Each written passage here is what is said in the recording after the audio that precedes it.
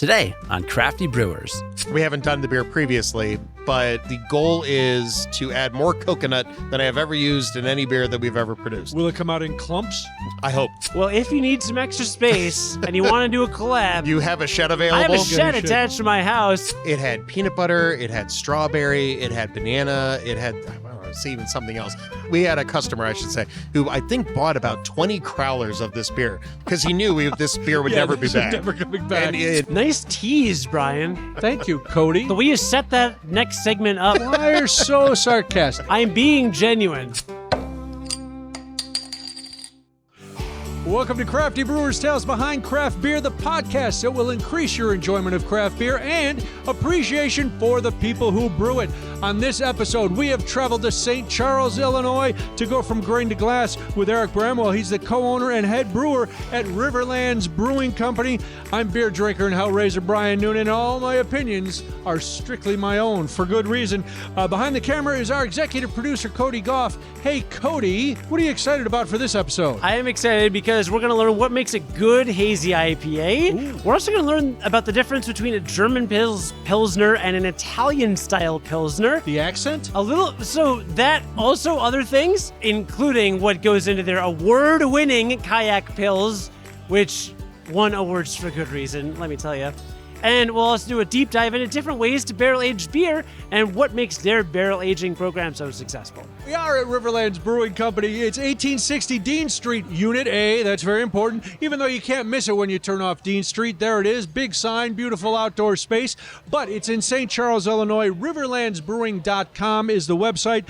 Their slogan, brewed by friends, for friends, and the brewery opened in 2019. My guest today, as I mentioned before, is Eric Bramwell. He is the co-owner and the head brewer. Thank you so much for being here. This is very exciting. Yeah, I've listened to the podcast a number of times, like I had mentioned before. And have you been a hostage? What happened? How did that happen? What brought that on? I love beer, and any chance obviously. And any chance I get a chance to listen to my colleagues in the industry talk about beer, I'm always curious what they have to say, and I have found myself listening to podcasts numerous times. Well, thank you. And now your colleagues will listen to you and go, oh, we didn't know that about Eric. No, I'm sure they'll listen and be like, ooh, God.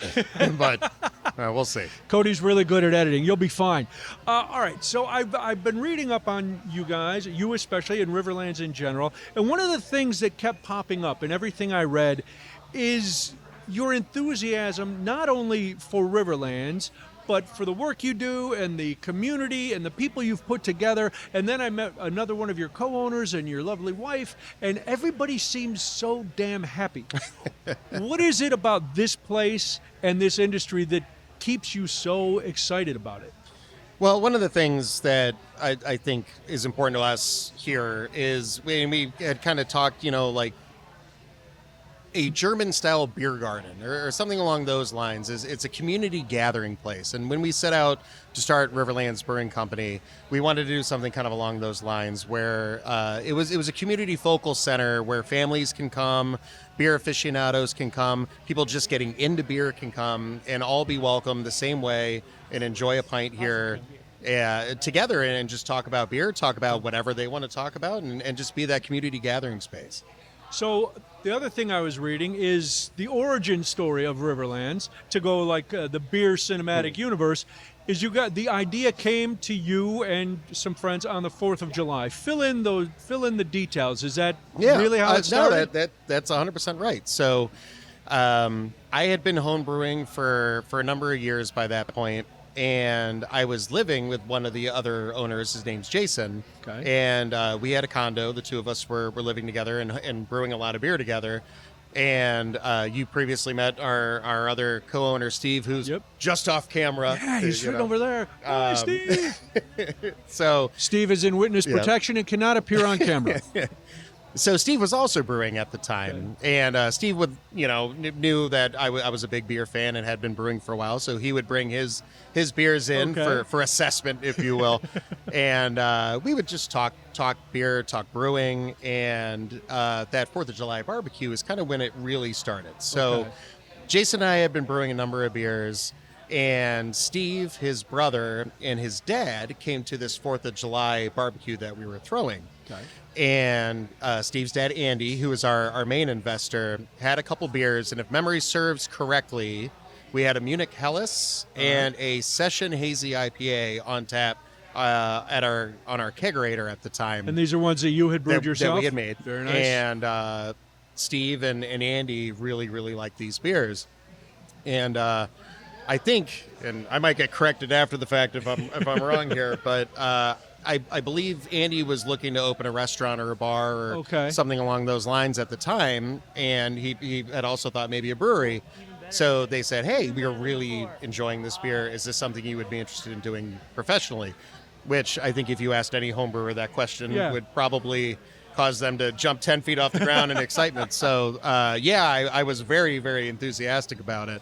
And that was kind of the initial start. So that, like as you mentioned, a lot of brewers have the similarity of being home brewers. Mm-hmm. Was that the moment that you said to yourself, yeah, I could take this out of my kitchen and do it on a bigger scale, or was that like the first step, and then there were some other points where you went, I can do this? There was a panic attack probably between those two things, I'm sure. No, I had become friends with the head brewer at Moore Brewing Company at the time. His name is Sean Burns. He's now the owner-operator of Phase 3 Brewing Company up in Lake Zurich. He very generously offered to let me job shadow him to kind of, he and I was a big fan of his beer already, and he and I had kind of become friends via Untapped. It's one of the few good things that app has done. I've never heard a brewer say a positive thing about Untapped, so that's nice. You can network. Right. That's one of the few things I'll say about it. But, all right. So we had kind of become friends because at that time, this would have been probably, 2017, something like that. Yeah. There wasn't a ton of hazy IPA in the Chicagoland area yet, and I was trying to homebrew the style. Sean at the time was at the Ram in Schaumburg. Oh, okay. And he was one of the few people. R.I.P. the Ram. I used to love the Ram. Oh, fantastic house beers. Yeah.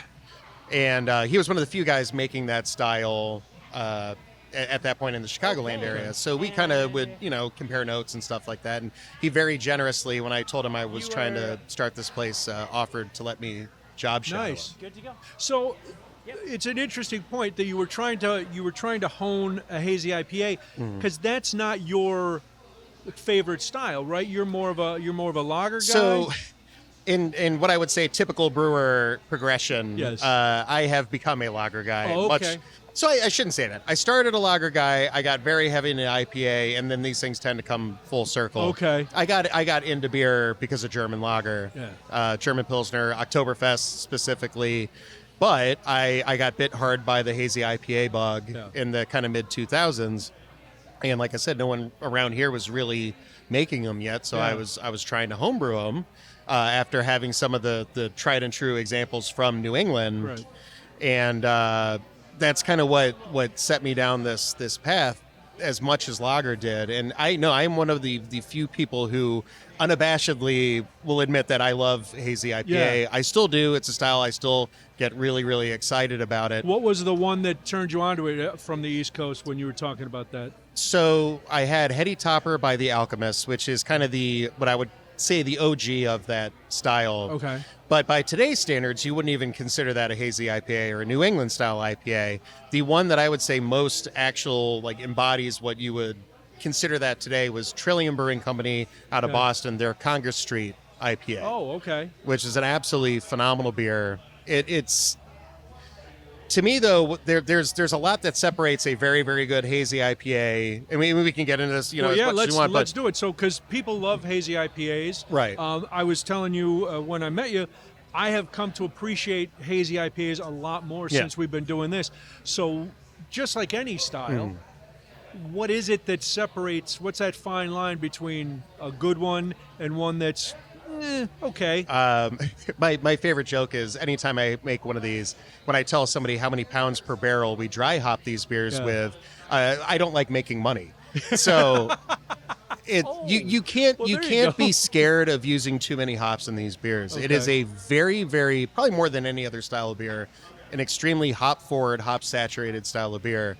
And when you have some by the people who I think make the best examples of the style, and you talk to them about their hopping process, they're not afraid to use hops in these beers. And I think it's a style that a little tougher to be budget conscious about, and you kind of have to find ways to increase your yield or do other things to make it a little more financially make sense. But if you really, really want to brew what I consider to be a top-notch hazy IPA, you can use a lot of hops in these beers. Well, and that's surprising because we have right here is your Dean Street, which is one of your flagship beers. Yeah. It's your hazy IPA.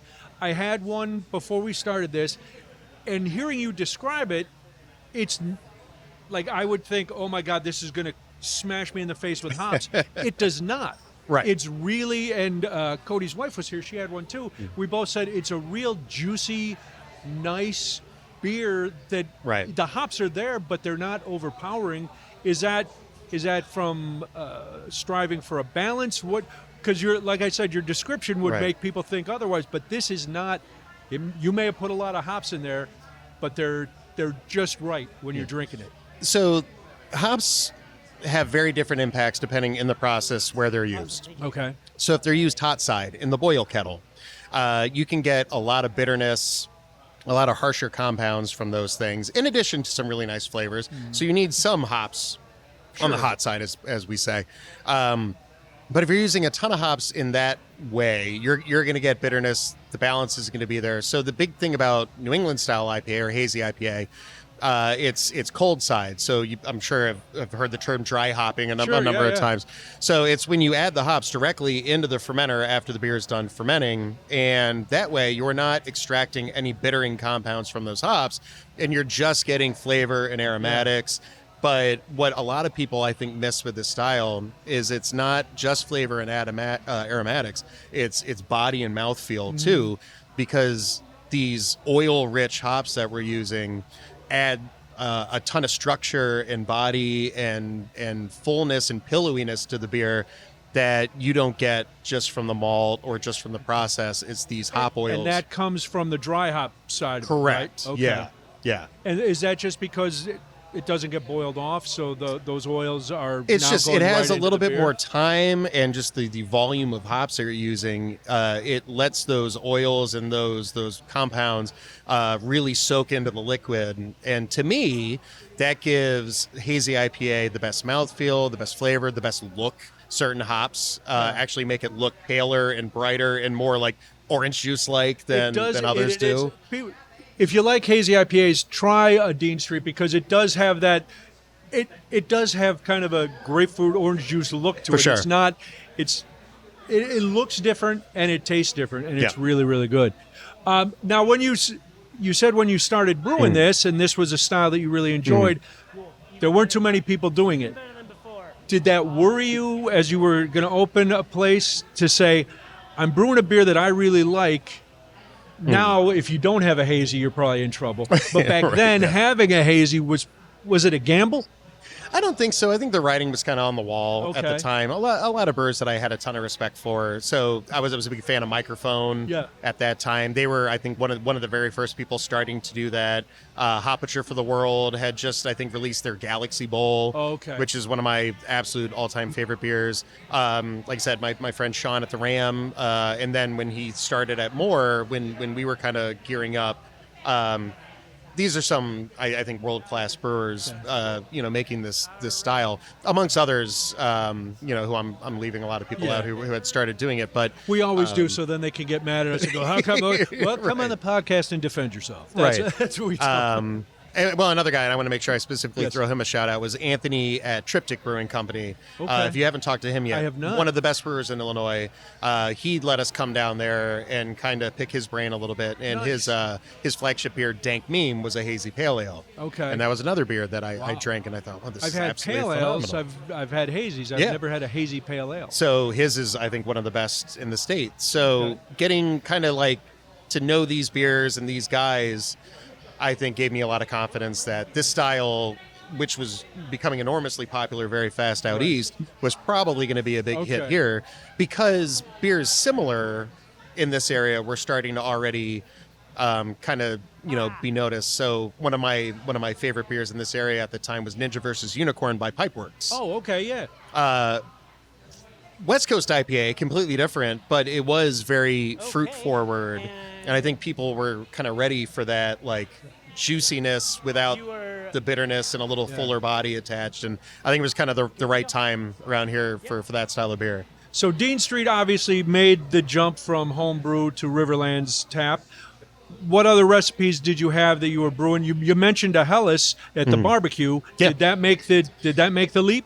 So in a roundabout way, yes. Our River Life, which is one of our what I would say core beers, we always either have River Life or Kayak Pils on. Okay. It's always our lighter option on tap. Pils right there. River Life started off as a little bit more of an ode to, and I know this one's been brought up on the podcast many times.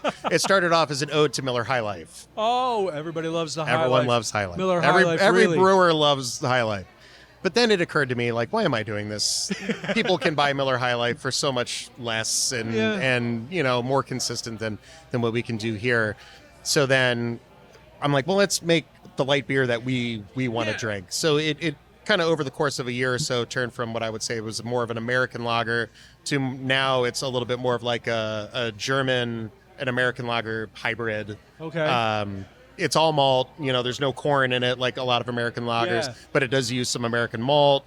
It uses German yeast, it uses German hops, but it's kind of turned into this is what we want to drink kind of beer.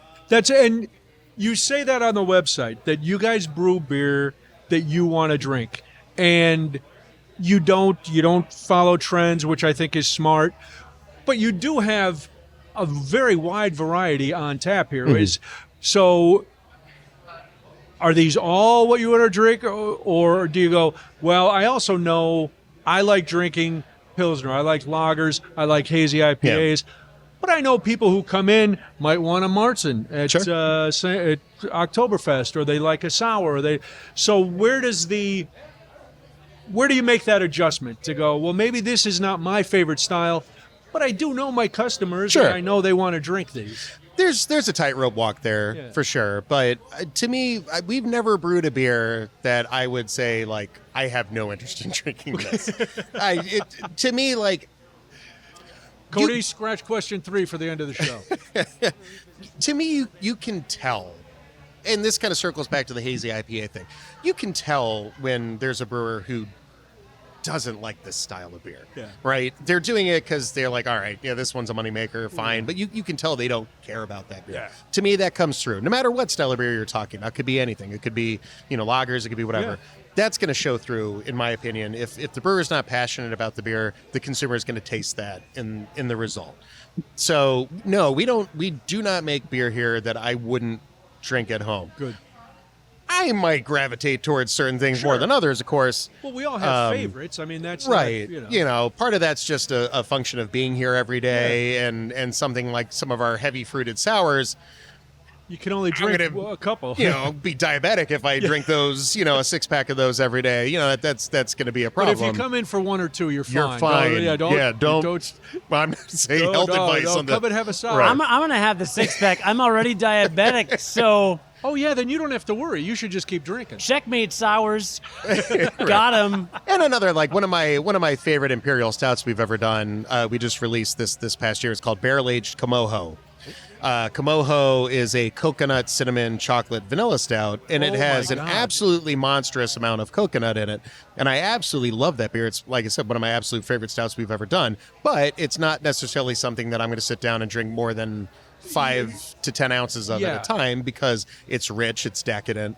Wow. It's not something I'm going to reach for on a daily basis. It's more of a dessert, special occasion kind of beer. So there's different beers for different occasions. Out now, or it's coming out? You might still be able to find it in some bottle shops, but that one we released, I want to say, in July. Okay. So that one's been out for a minute. It sounds good. Those are my things. You mentioned shadowing not only at Phase 3, but I know you shadowed at other places. As a young brewer who's about to open his own place, what important lessons did you learn from some of these people who had been doing it for a while that you were like, I'm not stealing their recipes, but I'm going to take how they do business, how they handle their brewery? What were the biggest influences? Well, to me, and actually recipes is a great place to start with that, because when you scale up a homebrew recipe. Most homebrewers are brewing 5-gallon to 10-gallon batches at a time. And sometimes when you're working with specialty grains grains that give beer color, flavor, or something like that, you might be working with 1 or 2 pounds, 3 pounds of something at a time. But when you scale that up to a professional scale volume, that might give you a weird number in the recipe. So we as professional brewers work in 50 to 55 pound sacks of grain. And sometimes if you scale up a homebrew recipe, you might get like 37 pounds of something or 23 pounds or something. And it's just silly to try and weigh out that. So you just use a full bag or a half bag of something. So those guys kind of showed me the ropes and like, okay, if you're scaling up this recipe, you don't need 33 pounds of something. Just do the 27.5 half a bag. So that was, just a sensible way to go about recipe construction.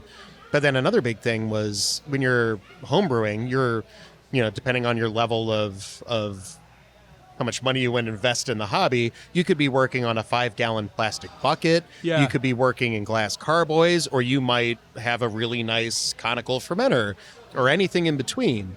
But that doesn't work the same way here, where every piece of equipment we do is under pressure, and you have to learn how to transfer those things and keep pressure in mind, and the safety in mind is another big thing. We work with a lot of potentially dangerous chemicals and things like that. So just learning how to use professional equipment and take a safe approach to everything was a huge help. It's got to help.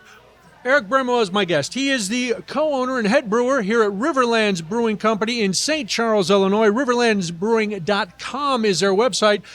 When we come back, it's going to be Brewer's Choice. Of course it is, but people in St. Charles know how good Riverlands is. People in the Chicago area know how good Riverlands is. But now they're getting some national love.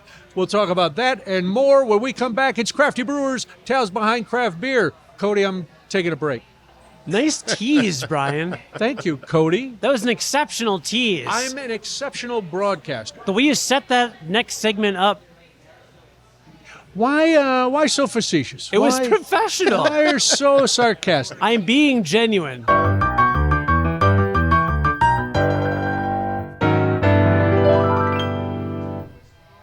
Welcome back to Crafty Brewers, Tales Behind Craft Beer. This episode brought us to St. Charles, Illinois, and to Riverlands Brewing Company, 1860 Dean Street, Unit A. Don't go to Unit B. I don't know what's over there. You don't want to know. But point is, it's in St. Charles, Illinois, riverlandsbrewing.com. Eric Bramwell is my guest. He is one of the co-owners, and he's the head brewer here at Riverlands. First, before we go into the other things we have, I must compliment you.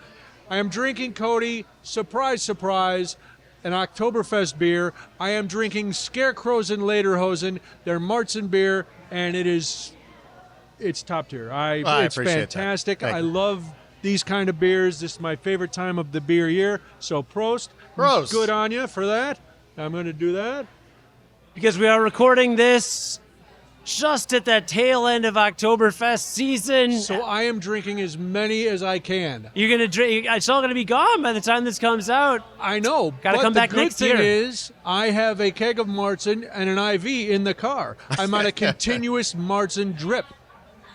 Well, we take Oktoberfest very seriously around As here. we can see by all the beautiful right? Steins. And yes. A couple of those actually came from Germany. Really? So, is it the old style one? The Sam Adams one. No, so me and one of the other guys I mentioned before, Jason, went to Oktoberfest in 2010, and that has kind of informed our Oktoberfest celebration around here. So we brew both the Märzen style and the Fest beer style of Oktoberfest, which they're pretty different actually. Yes. And we throw one hell of a party. Excuse me. Our taproom manager, Jeremy, does an absolutely fantastic job. It was September 20th or 21st this year. I don't remember offhand, but every year we go balls to the wall on Oktoberfest. We'll have to put Riverlands on the Oktoberfest tour for sure. next year. That'd be great. Let's talk about one of the beers that we mentioned before. It's one of the ones that is the core, one of the core beers here at Riverlands, and it is the Kayak Pilsner. How did this come about? What's the story with your kayak? First of all, why kayak? When we first started, we tried to do as rivery names as possible. So, okay. kayaking on the river and all that. We've drifted away from that because that got real old real fast. Trying to think of I would literally sit on Wikipedia looking at river terminology. And eventually, I'm like, I'm out of ideas. Undertow stouts. What do you got? Right. Yeah, it got rough there tough. after a little while. So is it time for Middle Earth names? Entwives Lager? we have dipped our toes into that. And well, so a quick aside. Yes. Anyone listening, Riverlands, Game of Thrones. So yes, Game of Thrones. We're big okay. Game of Thrones fans. The Riverlands is a region in Game of Thrones, Yes. so that's kind of what we were inspired by for the name. Okay. But we are right on the Fox River here in yeah. St. Charles. This is kind of the Riverlands of Illinois. Okay. So that's Very part nice. of where the name came from. But I digress. That's so all right. I noticed on your list of events, you've got like candle making, you got trivia, you've got Red Wedding here. It feels I could be a hobbit. I'll say that. Like 11 Seas and second breakfast and I did supper, see a little dinner. Shire out across the parking lot. I It's feel like very nice. they've got life figured out, and if I could do that, I'd die happy. That's for sure. Sorry, I digressed. You were talking about your delicious lager, which I don't even have any left or your delicious Pilsner, the Pilsner. because I've destroyed mine. Like, this was really good. Well, thank you. How really did you good. make it so good? So it started off as a beer called Yellow Kayak, and there's a beer from Firestone Walker called Pivo Pils, which would now be considered an Italian-style Pilsner, if you guys have ever talked about I've those. had Italian style. What sets An them apart? Italian-style Pilsner is dry hopped. It's Okay. dry hopped, but Oh. it's not dry hopped with like Citra or Mosaic or like the kind of new age American hops. It's dry hopped with classic European noble hops. Okay. So the first couple batches of it was called Yellow Kayak, Yellow Kayak. back then. It was actually the very first beer we ever brewed here Really? was Yellow Kayak. So it started off as something a little more akin to an Italian style of Pilsner. Okay. But then we realized we wanted something that was crushable, light, but still with a lot of flavor. But it didn't necessarily need to be so hop forward as an Italian style Pilsner because we brew a lot of IPAs around Right, here. yeah. So we wanted something that was a little bit more just lager and just easy drinking. So then we changed the name to Kayak Pils. And then we changed a lot about our lager brewing process around that time. This was probably, 4 or 5 years ago at this point. And this beer slowly became what it is today. So it's the beer that I think I drink the most of. Well, Okay. I don't think. I know. They always joke about I probably kill a couple Well, it's a barrels of this on my it's own. a low ABV. It's Right. 4.8, right? 4.8% ABV. It's very It's- crisp. It's very light. It's got a nice, Cody, I don't know. There's a really nice like flavor at the end. I'm not sure what it is, but it's really good. So to me, the perfect German Pilsner should be just bitter enough where it's palate cleansing Yep. because you need bitterness to kind of chase that little malt sweet linger Right. away. So it should be just bitter enough to keep it crisp drinking. And to me, a German Pilsner is almost the IPA of German brewing, where that's their hoppy beer. Okay. It doesn't necessarily taste like it by American standards, Right. but Pilsner, as far as lager goes, is a little bit more of a hop-forward style of beer. Okay.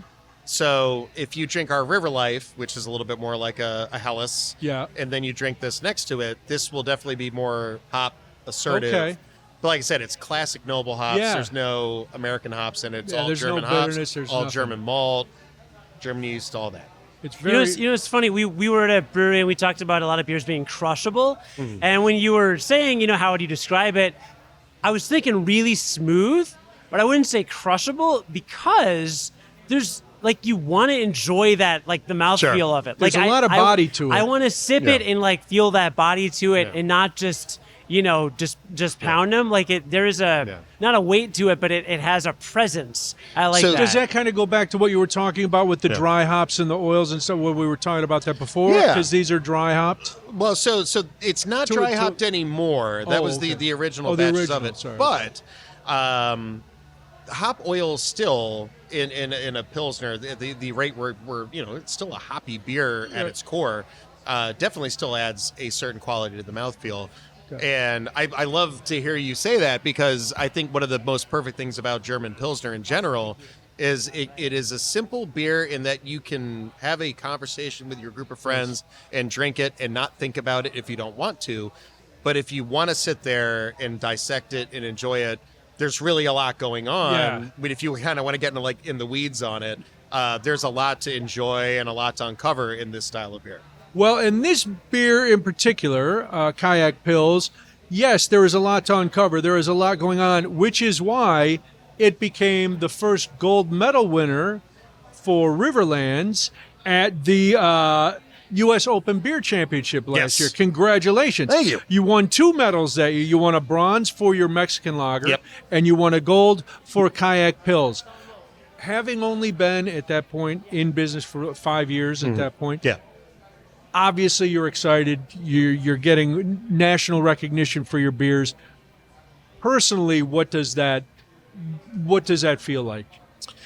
Especially on this beer, one that I've worked on as much or more than any other, more than any other. This is a style where the devil is in the details. Yeah. So in order to get kind of a little recognition on that, it was validating that I didn't waste a lot of time worrying about little details that would go unnoticed and stuff like that. Yeah, this is kind of, and I know a lot of other brewers will say the same thing. This is the kind of style of beer that kind of keeps you up at night while you're thinking, because it seems like a simple recipe, but like we talked about before, there's a fine line between doing it really well and doing it, it's pretty good. Well, and especially a style like this, little adjustments can make a big impact. Yeah. So every time you think about should I add just 1 more pound of hops at this stage in the boil, can make a big difference. Because there's really nowhere to hide, right? Right. You mess up a lager, people are going to taste it. Yeah.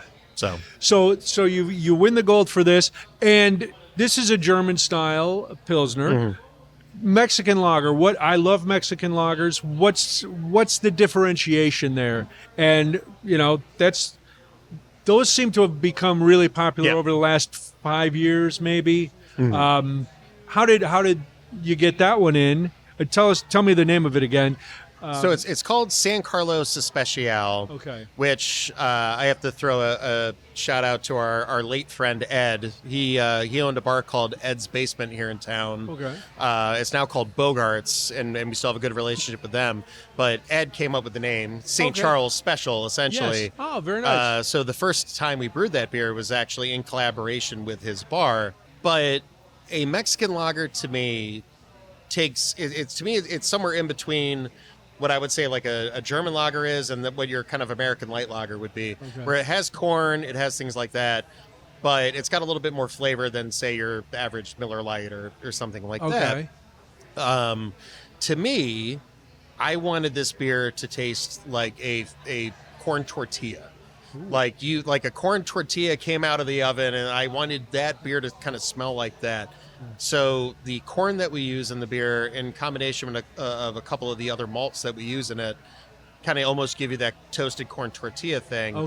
And it's in the summertime especially. We add a lime to it. It's one of my absolute favorite beers to try. That's summer and Mexican lagers go together. Yeah, like 100%. Nobody's business. What's the difference? We've heard of the Great American Beer Fest. We've heard of all these different things. What is the U.S. Open Beer Championship? So it's out of I'm going to say Ohio. It doesn't have a festival attached to it the same way the World Beer Cup is attached to the Craft Brewers Conference, and GABF is its own big thing. The U.S. Beer Open is a panel of certified judges that I think have just been doing it so long that people started trusting their opinions. Okay, there you go. And I think Dow Scoggins, if you're listening to this, correct me if I'm wrong, but it became just another avenue for people to get good feedback. Yeah. And they've been doing it for long enough that, like I said, their opinions became a very validating thing for brewers, and it became the third largest brewing competition in the country over time. And it's like I said, it's unreal to get some hardware back, that you can hang in your tap room to be like, all right, we can now say we're an award-winning brewery. So it's fun. Yes. It's fun to be able to say that. It is. Listen, we say it for the podcast. Why do you think I opened the award-winning? The award Right, yeah, It's yeah. you take pride in you, Right. Because like you've said this before. And it says on your website, you guys not agonize, but you put a lot of work Right. into every beer, Right. every recipe. So it is. Yes, a million people in St. Charles could come in and say, "Hey, Eric, this is a great beer." That's great. That's very. But then when your peers or the judges say it Right. too, it's like, yeah, my customers are not wrong. They know Right. what they're talking about. So this works. The other thing we have in front of us, which is, I know this is Cody's jam. Cody is all about the stouts. We have stouts. Now, Cody loves them all year long. A lot of people say, oh, they're only for cold weather, which, people are goofy. How important is it to have stouts? And you guys do a big barrel age program too. We do, So yeah. how did that come about, and how important is it for Riverlands to be involved in that process? So we started that from day one, basically. So opening in 2019, there were a lot of very good breweries in the Chicago area already. And we wanted to come out swinging. Okay. Yeah, make an impact, right? You want Yeah. to make an impact. So we opened with 4 Imperial Stouts on tap Wow. on our first day. Now, we brewed one batch of beer and broke a few different kegs down and flavored them in different ways. But we came out strong, I think, with Imperial Stouts. Because it's a popular style in the Chicagoland area with Goose Island's Bourbon County and Right. there's Woods a lot from of Rev and just a a lot phenomenal of great stuff. stouts in Illinois that I think if you're gonna make a splash in the Chicagoland area, you have to have good Imperial Stouts. Right. So we started off with that, trying to do our best there, and we have about 50 bourbon barrels in Unit B over here. So that's what's in Unit B. that's what's in. I was Cody, going to we say gotta I go was. visit Unit B. I was trying to be like, no, there's cool stuff over in Unit B. Unit B for barrel. Let's go, dude. We have about 50 What? bourbon barrels next door, and a couple of rum barrels and a couple of sour barrels too. Okay. But mostly bourbon and whiskey barrels next door. Very nice. And we've got barley wine over there. We have Imperial Stout over there. We have rye wine over there. Okay. And that is something that we put a lot of emphasis on. I think that's where I first had some of your stuff, was at Fobab. Yeah. We've been at Fobab every year we've been open. Very nice. How much different is it brewing that than brewing Kayak Pils or brewing Dean Street? It's not. I wouldn't say it's different because we put a lot of pressure on ourselves for everything we Yeah. do. We've dumped batches of beer that we didn't think were up to standard. Okay. So anything that you guys drink in the tap room has to pass the test. Yeah. If we don't think, like, if this isn't up to where we want it to be, it's never going to see the light of day. So thankfully that was a style I brewed a lot as a home brewer. Oh, okay. And it was something I feel like I had at least a handle on before we scaled it up. But I feel like the very first batch of stout we ever did, I'd love to go back and taste it today just to see what it was like. But I feel like it was a pretty good stout. Pretty good stout. We've certainly made improvements to our process and recipe since then, but I feel like we came out of the gate pretty strong with that. And it was through a lot of trial and error before we opened our doors.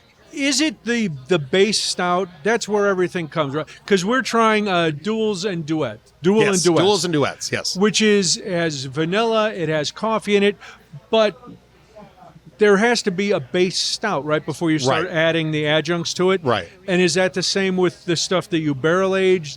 So you come up with your stout, and then what's the creative process that goes into picking what adjuncts you're going to add? Sure. How did this one become vanilla and man-bought coffee?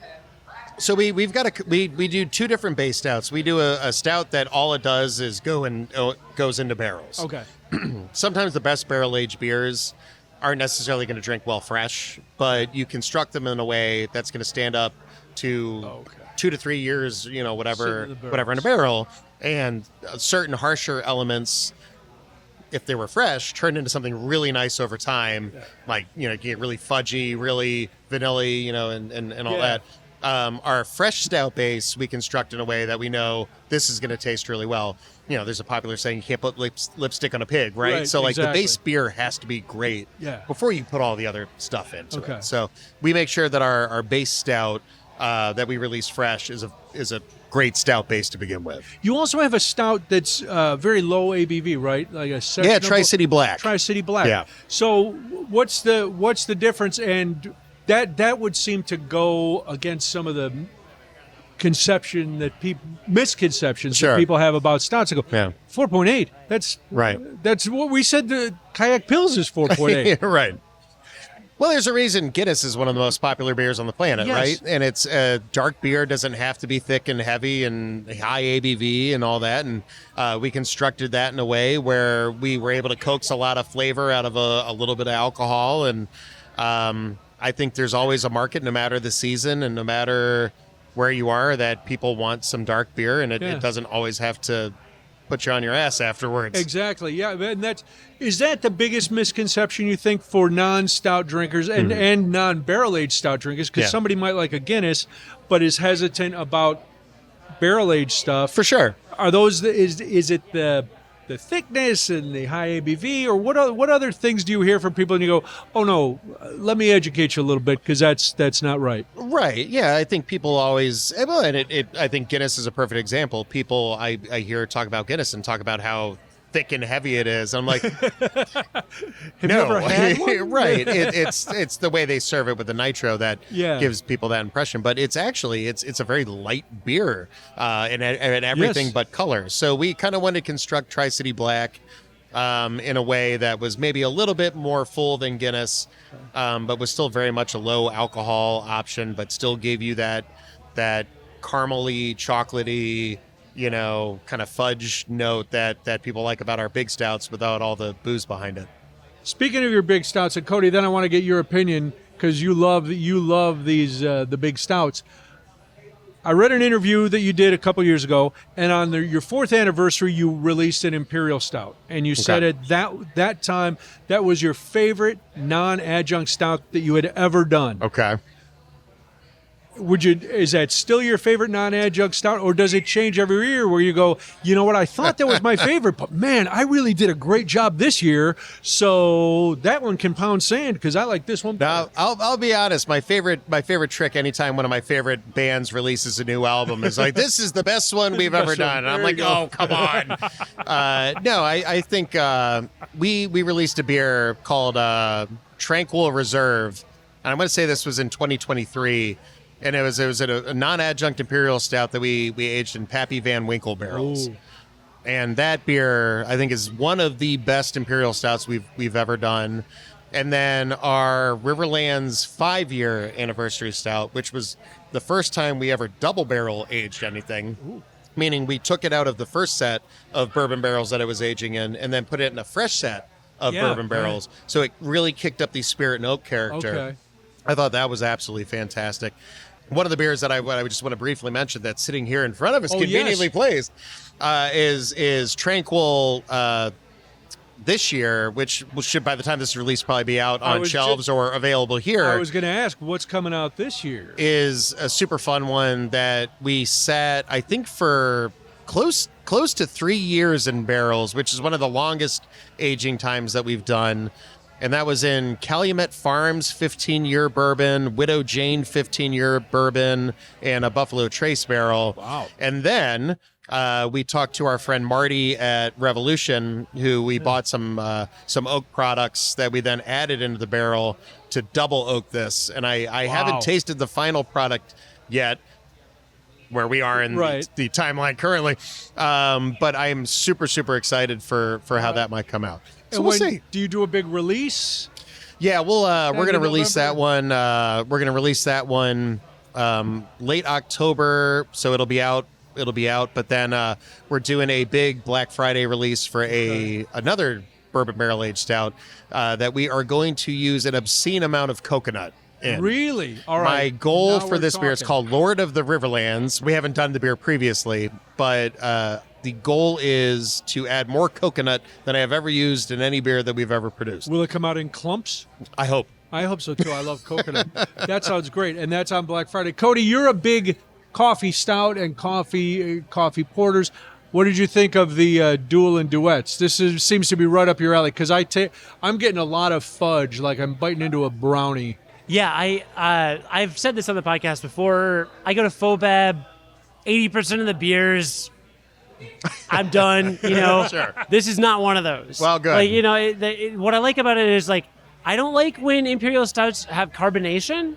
And this doesn't. Like, it's not overly, kind of fizzy. I don't want a fizzy stouts stout. can get kind of weird when they get a little too fizzy. Yeah. For sure. And there's a lot of that. So this is not that. Yeah. It has a really nice coffee mouthfeel, but then you get the vanilla aftertaste right after. Yeah. So there's a sweetness. And before I looked back at the board or heard you guys say it, I was like, what is that sweetness? But it's the vanilla. And it's really there. Yeah. I have a question about the barrel aging process in general. If I were to say, do a collab, if Crafted Brewers did a collab with a brewery, and I was like, I've got a shed near my house in my property that I could throw some barrels into.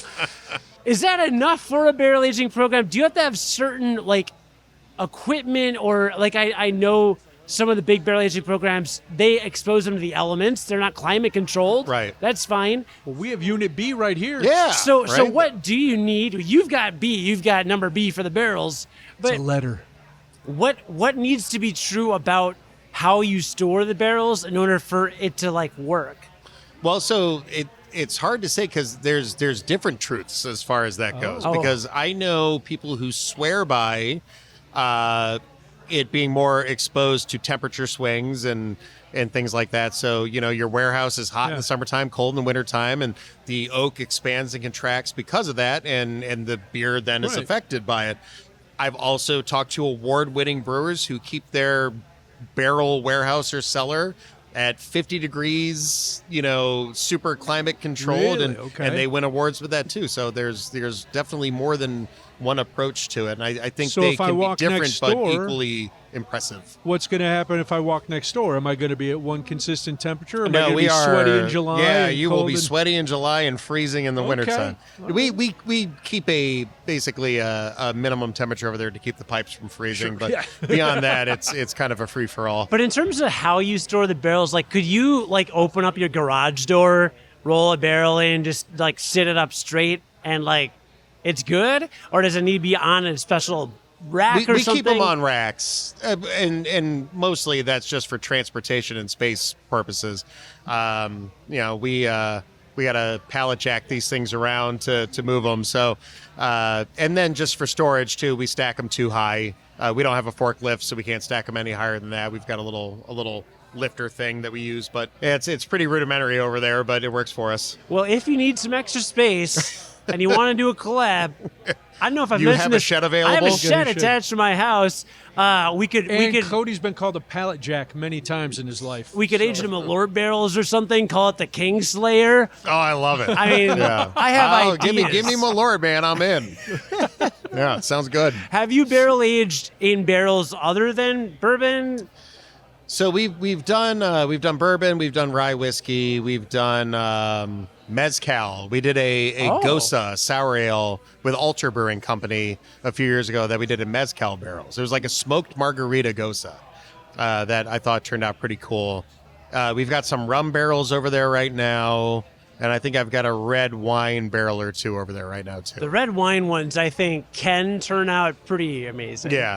Yeah, that will be interesting. We haven't done one of those yet. I'm a little nervous. We'll see. Is it really different preparing? If you were like, all right, I want to do Fernet barrel or Malort barrel or like you said, red wine barrel or something. How different is it, or do you just kind of prepare the same stout and just go No, they can act very, very different. Certain flavors infuse a lot faster than others. So like bourbon and whiskey, those kind of barrels we like to let sit for years.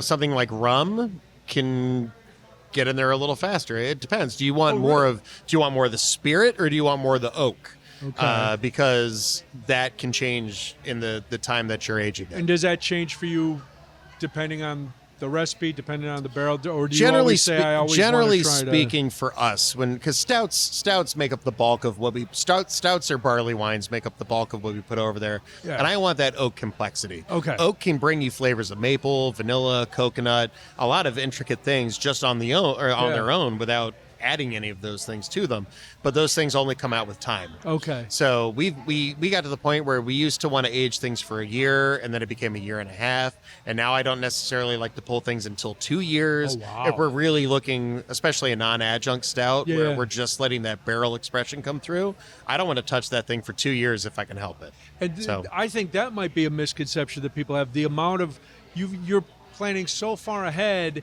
and you have to be patient and just Right. let that beer do what it's going to do, and Yeah. let that barrel do what it's going to do. It can be hard when you're excited about a certain Yeah. beer, a certain barrel, to want to Oh, yeah, wait now that this long. coconut but thing. Let's go. Let's get this. Let's get. Yeah, Yeah, right, you never yeah. started the clock, Cody. So I'm going to ask before we get to the final four. I can talk endlessly. That's what that means. That's Woo! beautiful. Yes, just keep going. I want to ask you this before we go to the final four and Yeah. our final toast, and I think it'll be evident to everybody who's watched to this point, but part of what you guys say on the website, and we talked about brewed by friends for friends, but you talk about people coming into the tap room, whether they're beer aficionados or first-time beer people, or they're coming in, and you say that they will be included in the family feel that is Riverlands. Just from the short time we've been here, like I said, everybody, all the staff is very friendly. Owners, what does that mean to you for somebody coming in for the first time? How will they be brought into that family feel? So to me, I think one of the things that if you scroll through our Google reviews, one of the things that gets brought up more than anything else, even more than the beer, is how great our staff is. Yeah. And they make people feel welcome. A skill I don't have is remembering people's names. I don't. You either. know, That's why I'm- yours is written down. Right, I'm terrible at it. So anytime I see one of our bar staff see someone walks in and immediately like, oh hey, whatever, and Yeah. they're like, oh yeah, he's only been here a few times. I'm like, oh my God, you remember that? And on being on the other side of that at bars that I like, it Yeah. strikes me as something that like makes you feel welcome Yes. at home. And it just shows they care. They care to remember that kind of stuff. And every person who walks in here, I want to feel like they're drinking at their favorite neighborhood beer garden. And our staff is a huge part of that. But also we want to cultivate that feel with the food trucks we choose, with the decor of the tap room. We want it to be a warm and inviting place. The beers that we brew, we want people, lager beer is a perfect social lubricant, Yes. right? Yes. You want to be able to sit there and have a few of them and do that. But at the same time, the people who are craft beer aficionados, as I was, getting into this, like I want to also be able to, if I really want to just sit there at the bar and dissect the hop profile of an IPA, there's room for that too. Sure. And we encourage that also. And so we brew beers to kind of fit that whole spectrum. Yep, and you've got, like I said earlier, you've got a wide variety on tap, so it's terrific. Again, we are at Riverlands Brewing Company in St. Charles. Riverlandsbrewing.com is the website. Eric Bramwell has been my guest, and it is time, Eric, for the final four. We asked the same four questions. You know this. You've seen the show. Same four questions of every brewer. I've but- thought about my answers for this before. See, Here we go. We're going to have to change these up because I've a number of brewers now are like, yeah, we've seen it. We know what you're going to ask. All right. So we will ask the same four. Sure. The hill you'll die on. Now you've almost answered this already. A style of beer that no matter what, you just, is there a style of beer that no matter what you won't brew? So we've dipped our toes into a lot of different styles, and I know milkshake IPA is the very popular. That is the answer from a lot of people. yeah. Yes. We have done those. Have So you? And- we have done them. We Yeah, haven't done them there's- in a long time, but there was a time, maybe like 5 or 6 years ago, where those were very popular. Why do and they get such a bad rap? Truth be told, I don't have a problem with them. Okay. I don't seek them out. I don't drink them. I don't drink them. Not my either, cup but of tea, yeah. but I'm not going to yuck someone's yum, as they say. If someone Exactly. likes them, more power to you. It's not something I'm interested in drinking. Are they harder to brew? Is that why a lot of brewers don't like them? To me, the the ones, I hate to say this, that are actually the best ones are actually very sugar laden. They use lactose. They use a ton of fruit. They're delicious. They're those kind of things that you want to have maybe 5 ounces of and call it quits. There you go. It's just not something we do. Fruited sours. We do other beers that to me kind of scratch that itch that we just don't need to do. Okay. We don't need to do any more milkshake IPAs. But anyway, since we have done them, I can't use that as the answer. Right. And here's where I'm about to turn in my brewer card. Ooh. Mark the tape, I Cody. do not like Belgian style beer for the most part.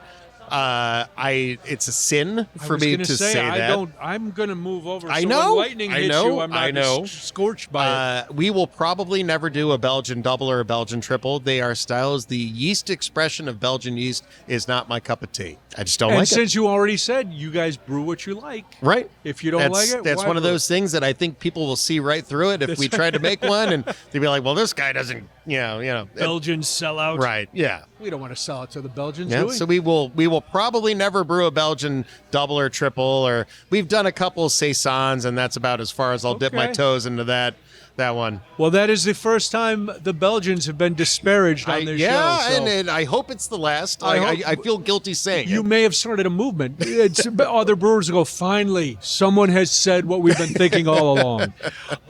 Question number 2, a beer that you brewed, maybe it was really popular, maybe you loved it for whatever reason, or maybe it didn't go the way you wanted it, that you're just, this one's not coming back. So now I can tie this back to the milkshake IPAs. So we did a specific milkshake IPA called Milkshake IPA, or we called it Shaky Shaky was the name of the of the series, and we did Shaky Shaky Kitchen Sink, Okay. and it was actually pretty good. But it had peanut butter, it had strawberry, it had banana, it had I don't know, say even something else. And there were That's a enough lot. people who actually liked this thing, and I liked it. I thought it was good, but like it was a bit of a mess. And that is one. It was called Kitchen Sink for a reason because we were clearing out some throwing ingredients we everything in had. Brian, I'll give you a shout out on this one. We had a consumer or customer, I should say, who I think bought about 20 crowlers of this beer because he loved Oh it my so God. much, and he just hung on to this thing. Because he knew this beer would Yeah, never be this is back. never coming back. And so God bless him. All right, well, good for him. Yeah, right. We already know your on-the-clock beer. You mentioned it was Kayak Pils. Yeah. That's your on-the-clock. What's your go-to off-the-clock? It can be one of yours. It can be something else. Sure. So this one just recently got very easy for me to answer. It used to, I would say Miller High Life, but Yingling. Oh, really? So Okay. my dad's from Pittsburgh. Yes. He's from Pennsylvania, and he was in sales. And he used to travel, and then when he got moved up enough in the company, he had a lot of people traveling for Yeah. him. And anytime anyone brought beer back from the East Coast, it was always Yingling because he Okay. grew up drinking Yingling. Yeah. So in turn, I grew up drinking Yingling. Ah. So it was very much drinking beers on the couch with my dad kind of Yep. thing. When that came to Illinois, it kind of brought that feeling back where it's a beer that there's nothing necessarily totally special about it. Right. It's not going to blow your mind. It's a little better than your normal gas station beer, but it's cheap. It's domestic. It's easy drinking. Yeah. Yingling all the way. Yeah, it's a nice, easy amber. Yeah. And I had it out on the East Coast, and Yep. it's like, and now it seems to be everywhere. Yeah. So that's good. My dad is originally from Philadelphia. Okay. And as soon as Yinling, but he moved out here in college. Right. Stayed here, and when Yinling became available here, big deal. Oh, yeah, it was very for sure, nice. My 100%. fridge always has Yinling in it in case he ever stops by it. Yep. Yep. I get it. It is Oh, yeah. good stuff. And the final of the final four, your favorite. Now, I know an answer you gave in an interview a number of years ago. We'll see if it's, but everybody's tastes evolve. So I'm Sure. interested to hear now your favorite food and beer pairing. All right. I don't remember the answer I gave before because there's beer and pizza is the easy one because Pilsner and pizza, it doesn't get much You're better close. than You're close. That was not that. your answer. Mexican lager and tacos or burritos is another one. That was your That answer. might have been it. That was But your I'm going to answer. throw another curveball Ooh, here, I love and it. it ties back to the Yingling. All right. Yingling and seafood. Really? Yingling, so the greatest, if no one or anyone has not tried Old Bay seasoning, listening to this Where have podcast you right been? now, Stop watching. get some steamed shrimp, peel and eat shrimp, Maryland style. I'm a Baltimorean, Okay. by And you're going way shrimp back over in the crab day. cakes? Well, no, I'll go crab cakes All right. first, but that's harder to get a hold Sure, of. that's true. But you get crab or shrimp or scallops or whatever with some good Old Bay seasoning, and drink a Yingling or an amber lager, something light and easy. That with Old Bay, perfect. That's the way to go. All That's right. the way to go. Thank you very much. Those were good answers. They're not the same old answers. We like that. Very exciting. All right. But before we do our final toast, and thank you, Eric, this has been a lot of fun. Yeah, Wait, I absolutely. got one question before the final toast. Haven't you talked enough? I'm sorry. I know you just want to edit me out, but this is getting insane. You're embarrassing me in front of our guests. You can tell from the background of my camera, we are doing this while your brewery is open. Yes. Yes. Hopefully not disrupting business too much. Many patrons were asking me about what are you doing over there? Is that an award-winning video podcast? And it is. But is. we'll get to that. But I wanted to ask before we wrap up, I'm going to insert B-roll here, insert beautiful B-roll footage here. The wood theme of the brewery itself. Did we talk about that at all? We did not. And Cody is a woodworker. He built a okay. beautiful, he built a desk on par with these beautiful tables. Nice. What is your wood question? Well, so what inspired the wood theme? I mean, there's stories. There's a big, nice piece of wood behind me. There's some, signs and stuff. What's the story behind that? So Steve's dad, Andy, our main investor, Steve's back.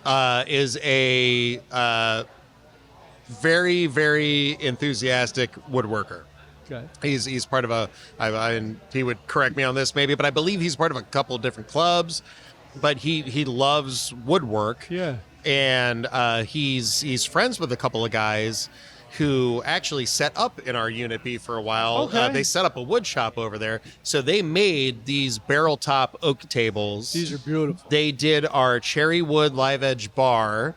They have done all the tables in the tap room, and they own a business, I want to say, called Reclaimed Treasures, which did all of our reclaimed barnwood on the walls. Wow. So- yeah, the tables are cool because they have a little river running through it. Right. If I could shout out Brad Pitt. for a And moment. if I remember correctly, he told me, one of the guys who did this, if you join them all together, it actually forms a river that is like the Fox River? Yeah. Or Well, it no, actually- it joins together like Ooh. continuity between the tables. Has Contiguous. there ever been a maybe? day, Is that the word? continuous river? Yeah. Has there ever been a night after a number of pills where you tried to lay the tables out and had like a I weird have yet to Tetris do game? that, All but right. now I'm intrigued. I'm going to put this to the test. Yeah, just go, I got to find out if this is true or if it's all a load of crap. Right. He could have been blowing smoke, and I'm not going to put him to the test. No, we won't embarrass him, but you'll know deep down next time he comes and starts bragging about Right. it. Yeah. Right. It'll hurt your heart just a little Yes. bit. All right, well, but Cody, any more questions, Cody? Does it combine to create the Trident? I would have to ask. I feel like he's a lot less nerdy than I am. Okay. So probably not. But in my head canon, yes, it does. 100%. It's that way in my head canon as well. Let's go. Yeah. After all your questions, I would have put a cannon next to my head. Light the wick and say bye-bye. Before we get to our final toast, I want to thank you for joining us on this edition of Crafty Brewers Tales Behind Craft Beer. Yes, we did win an award, as Cody mentioned. We have been named the best video podcast at the Quill Podcast Awards. Cody, do you want to hold up that lovely magazine right next to you? Because this is exciting, friends. If you're in one of your local brew pubs and you really need to go and support your local breweries, you know that, because without your help, it's hard times for some of our favorite breweries. But you'll see the Illinois Brewing Magazine, and guess what? Your boys from Crafty Brewers got their first big write-up, color pictures and everything. So they're on, if you come into Riverlands, they're on the bar. If you go to any of your other tap rooms, they're on the bar. It's Illinois Brewing Magazine. Comes out 4 times a year. They had a special online Oktoberfest issue this year too, which Cody and I were quoted in. Not to brag, but you know what? We need to brag just a little bit. A little bit. So, but again, please be sure to support your local breweries, because without your support, it can be really tough for some of your favorite places. We want to see everybody stay open. Crafty Brewers Tales Behind Craft Beer is produced by award-winning podcast producer Cody, I'm so curious, Goff. And attractive and smart. Wow, see, this is why we don't give him stouts, Eric. This is why. I Hey, warned you, mission he's like accomplished. There he's we like a go. gremlin. You don't feed him after midnight, and you don't give him stouts during a broadcast. You can visit our website, browse our archive of over 40 episodes, and get in touch with us at CraftyBrewersPod.com. We release a new episode of Crafty Brewers every other Thursday on Apple Podcasts, Spotify, and everywhere you get your podcasts. So we do it first thing in the morning, unless Cody emails me and goes, well, the podcast isn't coming out till noon. But just check on those dates, and we'll get it figured out. Do you want to support the show? I hope so. We're not asking for money yet. We're asking for a comment on YouTube. Cody, why should people leave us a comment on YouTube? Because it's important. It's important. All right. It's important. Just do it. Just do comment it. with Just your do it. favorite stout from Riverlands. Thank you, Cody.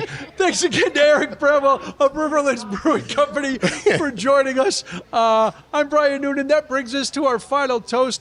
What are we toasting today? We'll start with you, Eric. Oh, you're all done with your beer. I You'll have am. to Oh, toast that's on it. bad luck. That is bad luck. I got a tiny You got little a sip. I got a Okay. sip. I got a sip. What We're are you all right. toasting today? Oh, hell. Hopeful continued success into 2026. That's what We'll I'll toast to that. Cody the G? There's literally only one toast I can possibly do based on this entire conversation. You should know it. No, I can't wait for you. I'm not saying anything that I think you would say because I don't want to get canceled. All right. To the King of the North. King of the North. There we go. To the King of the North, to the last of our Oktoberfest beers, and to another great episode of Crafty Cheers. Brewers. Cheers. I'm also out for the record. I consciously saved some for the final toast. I'm going to lick this glass. It's really That's pro good. move right there. That is yeah, it's pro move.